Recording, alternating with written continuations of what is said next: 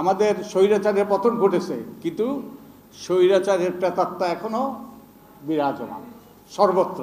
আমি ডিজি মহোদয়ের সাথে আমি শেয়ার করেছিলাম, আমি গত রাত্রে একটা মেসেজ পেয়েছি। আমাদের একজন রিসার্চার একটা উপজেলায় কাজ করতে গিয়েছে, তাকে এজেন্সির পক্ষ থেকে বলা হয়েছে, ইউএনের পক্ষ থেকে বলা হয়েছে আপনার অনুমতি কোথায়, এবং এটা একটা এনজিও ব্যুরো কর্তৃক অনুমোদিত প্রকল্প, কিন্তু এই হয়রানির এখনও অব্যাহত আছে।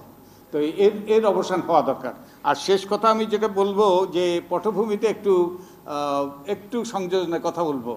আমার মনে হয় সবচেয়ে গুরুত্বপূর্ণ যে তথ্য অধিকারের ক্ষেত্রে সবচেয়ে গুরুত্বপূর্ণ উদ্যোগটা ছিল 2005-এ, সেটা হলো আমাদের যারা নির্বাচনে অংশগ্রহণ করে, বিশেষত আমাদের জাতীয় নির্বাচনে অংশগ্রহণ করে, তাদের তথ্য দেওয়ার জন্য একটা মামলা হয়েছিল আদালতে, এবং ওটা একটা যুগান্তকারী মামলা হয়েছিল। এখন যেই সব এফিডেভিটগুলো পাওয়া যায়, সেই এফিডেভিটগুলো ওই মামলার ফলেই। তো ওটা তথ্য অধিকার আইন হওয়ার আগেই এই তথ্য প্রাপ্তির এই প্রচেষ্টাটা আমরা সুজনের পক্ষে করেছিলাম, এবং এটা নিয়ে জালিয়াতি হয়েছিল, এবং আমরা এর পেছনে ছিলাম।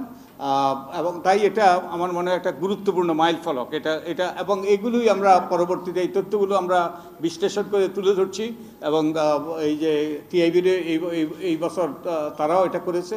আমরা 2005 সাল থেকে এই তথ্যগুলো তুলে ধরছি, এবং এই তথ্যগুলোর তথ্য প্রদানের উদ্দেশ্য হলো জনগণকে ক্ষমতায়িত করা, ভোটারদেরকে ক্ষমতায়িত করা, যাতে তারা জেনে শুনে বুঝে তারা ভোটাধিকার প্রয়োগ করতে পারে। আর আরেকটা শেষ কথা আমি বলবো, যে এই তথ্য অধিকার আইনটা সংশোধন হওয়া দরকার। একটা সংশোধনী বোধহয় আমাদের বিবেচনা করা দরকার। আমরা গণতান্ত্রিক উত্তরণের কথা বলছি। গণতন্ত্র প্রতিষ্ঠা করতে হলে রাজনৈতিক দলের ভূমিকা সবচেয়ে গুরুত্বপূর্ণ।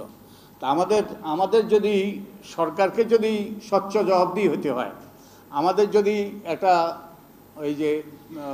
স্বচ্ছ জবাবদিহিতামূলক সমাজ প্রতিষ্ঠা করতে হয়, এবং রাজনৈতিক দলগুলো তথ্য অধিকার আইনের অধীনে আসা উচিত কিনা সেটা আমরা গভীরভাবে বিশ্লেষণ করা দরকার, এবং গুরুত্বের সাথে বিবেচনা করা দরকার। কারণ রাজনৈতিক দল যদি গণতান্ত্রিক না হয়, স্বচ্ছ না হয়, দায়বদ্ধ না হয়, তাহলে আমরা একটা স্বচ্ছ গণতান্ত্রিক দায়বদ্ধ রাষ্ট্রীয় কাঠামো সরকার ব্যবস্থা পাবো, এটা আশা করা দুরাশা।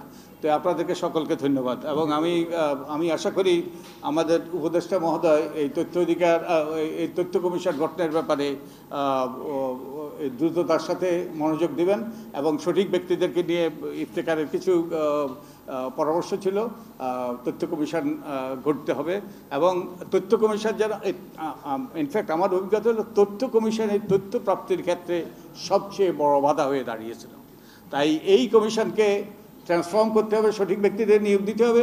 আর একই সাথে আমি অনুরোধ করব, মাননীয় এখানে আমাদের এনজিওর ডিজি আছেন, এবং আমাদের আরও অনেক ঊর্ধ্বতন সরকারি কর্মকর্তা আছেন, আমাদের এনজিও ব্যুরোকে ট্রান্সফর্ম করা দরকার, এর রূপান্তর ঘটা দরকার। এটা এনজিও ব্যুরো হলো এই যে এনজিওদের অভিভাবক এবং এনজিওদেরকে সহায়তা করা, কিন্তু এটা নিবর্তনমূলক সংস্থাতে পরিণত হয়েছে। এটার যেন পরিবর্তন ঘটে, এবং এটার পরিবর্তনের জন্য আইন কানুনের পরিবর্তন দরকার, একই সাথে দরকার মানসিকতার পরিবর্তন, দৃষ্টিভঙ্গির পরিবর্তন।